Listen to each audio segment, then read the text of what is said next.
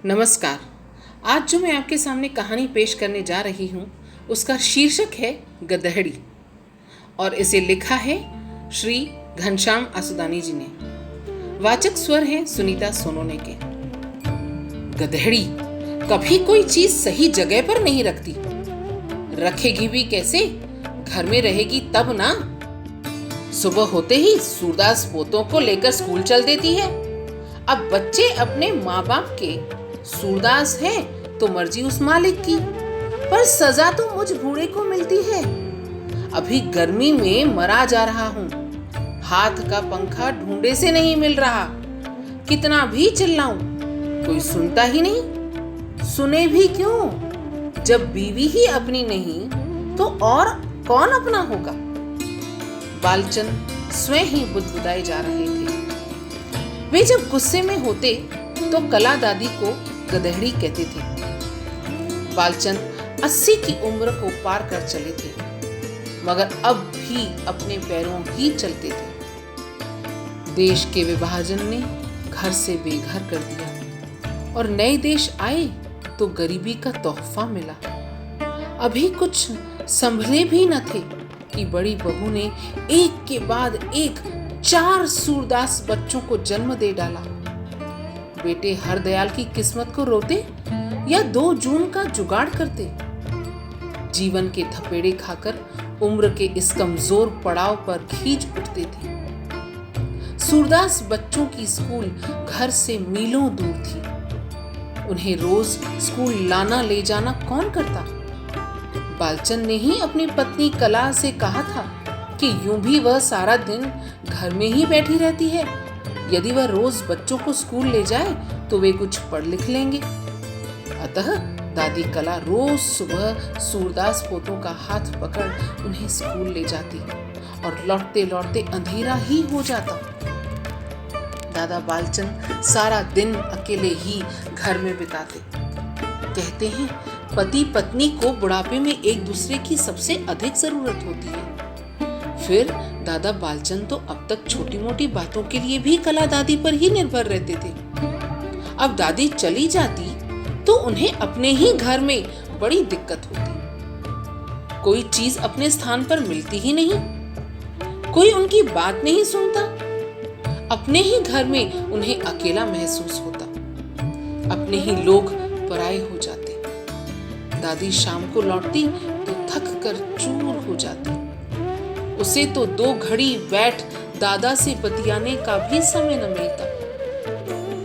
दोपहर को कुछ समय सोकर उठते तो दादा अक्सर गुड़ के साथ 2 रोटी खाकर फिर सत्संग सुनने चले जाते थे। उस दिन सोकर उठे तो स्वयं रसोई घर में जाकर गुड़ ढूंढने लगे।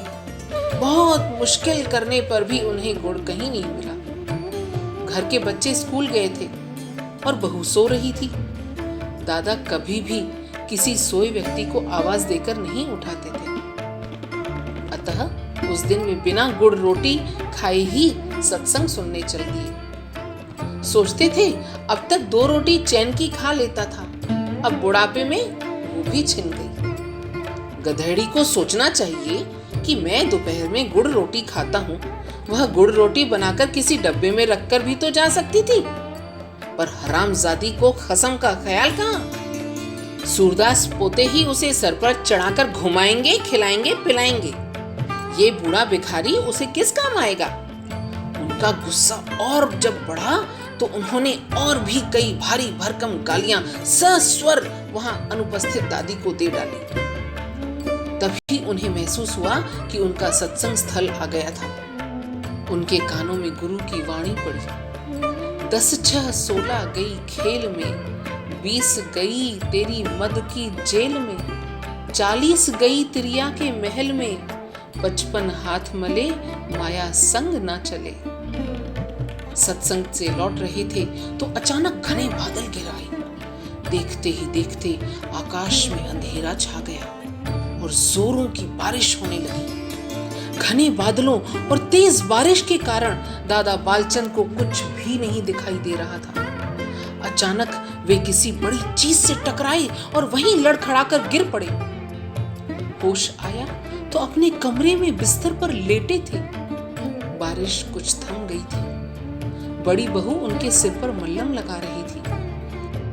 पत्थर से टकराकर गिरने से उनके सिर में मामूली चोट आई थी। रास्ते से गुजरने वाले एक परिचित ने उन्हें पहचान लिया और रिक्शा पर डालकर उन्हें घर ले आया था। बहू ने उन्हें गरम गरम हल्दी का दूध पिलाया और बोली कि उनकी चोट गहरी नहीं है, जल्दी ठीक हो जाएगी। माँ जी अभी आती ही होंगी। दादा ने बाहर की ओर देखा तो अंधेरा घेराया। वे अपनी चोट की परवाह किए बिना उठ खड़े हुए और अपनी छड़ी संभालकर तेज कदमों से बस स्टॉप की ओर चल पड़े। वहां वे अपने चिर परिचित चबूतरे पर बैठकर आने वाली बस की राह देखने लगे। ये उनका रोज का नियम था।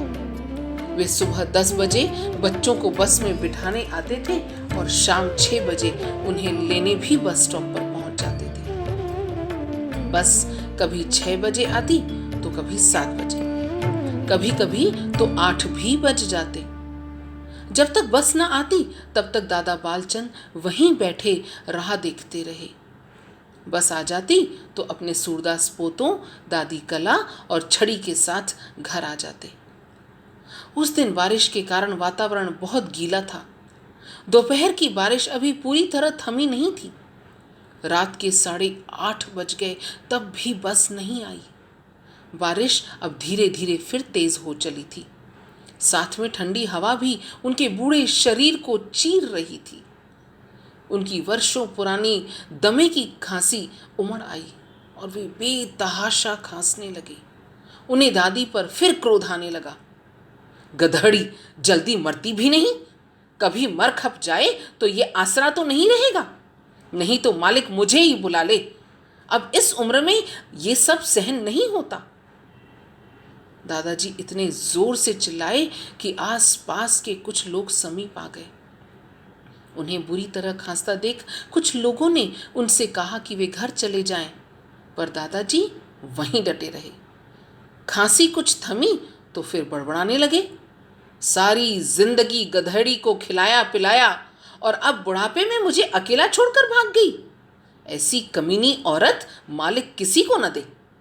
सूरदास पड़ेंगे तो क्या हमको खिलाएंगे? हम तो अभी से 2 रोटी को तरसते हैं। ये तो जीते जी नरक है, नरक। तभी दूर से आती हुई बस की 2 बत्तियां चमक उठी। दादाजी हड़बड़ाकर उठ खड़े हुए। बस से बच्चे उतरे तो आज स्वयं उनका हाथ पकड़ उन्हें घर तक ले आए। बारिश में भीगे हुए उनके कपड़ों से लगातार पानी टपक रहा था। घर आते ही उन्होंने हमेशा की तरह प्यार से बच्चों से पूछा, सारे पीरियड पढ़ाए बेटा? फिर कला की ओर मुड़कर बोले, रास्ते में कोई तकलीफ तो नहीं हुई? बारिश में भीगने से उस दिन उन्हें बुखार चढ़ाया था। रात को दादी उनके पैरों के पास बैठ सिर नीचा किए उनके पैर दबाती रही। फिर कुछ सोचकर बोली, मैं कल से बच्चों को स्कूल नहीं ले जाऊंगी। पीछे आपको बहुत तकलीफ होती है। मालिक बच्चों के साथ है, पढ़ लेंगे किसी तरह।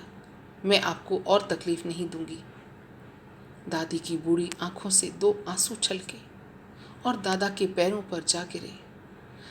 दादा कुछ न बोले। रात की स्तब्धता गहरी होती गई।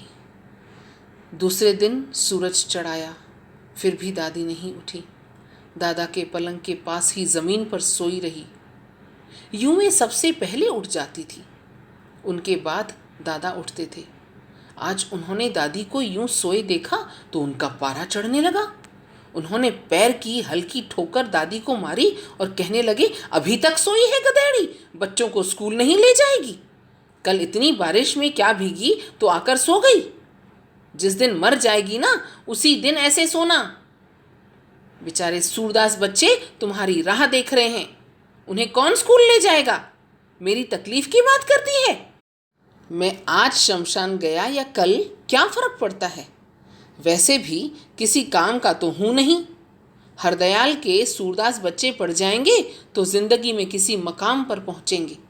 सारी जिंदगी तो कुछ अच्छा किया नहीं, अब बुढ़ापे में मालिक ने ये सेवा दी है, उसे अच्छी तरह निभाओ, वरना गधड़ी जैसी जिंदगी जी है और गधड़ी की ही मौत मरोगी। दादा की डांट से दादी हड़बड़ाकर उठ बैठी और जल्दी जल्दी तैयार होने लगी। सुबह 10 बजे रोज की भांति दादाजी अपनी छड़ी टेकते हुए बच्चों के पीछे पीछे बस स्टॉप तक आ गए। उन्हें सुरक्षित बस में बिठाकर फिर छड़ी टेकते हुए घर की ओर लौट चले। जाने क्या सोचकर मुंह से निकल पड़ा, गधहड़ी कहीं की। मोटे से चश्मे के भीतर से एक आंसू उनके गाल पर छलक आया था।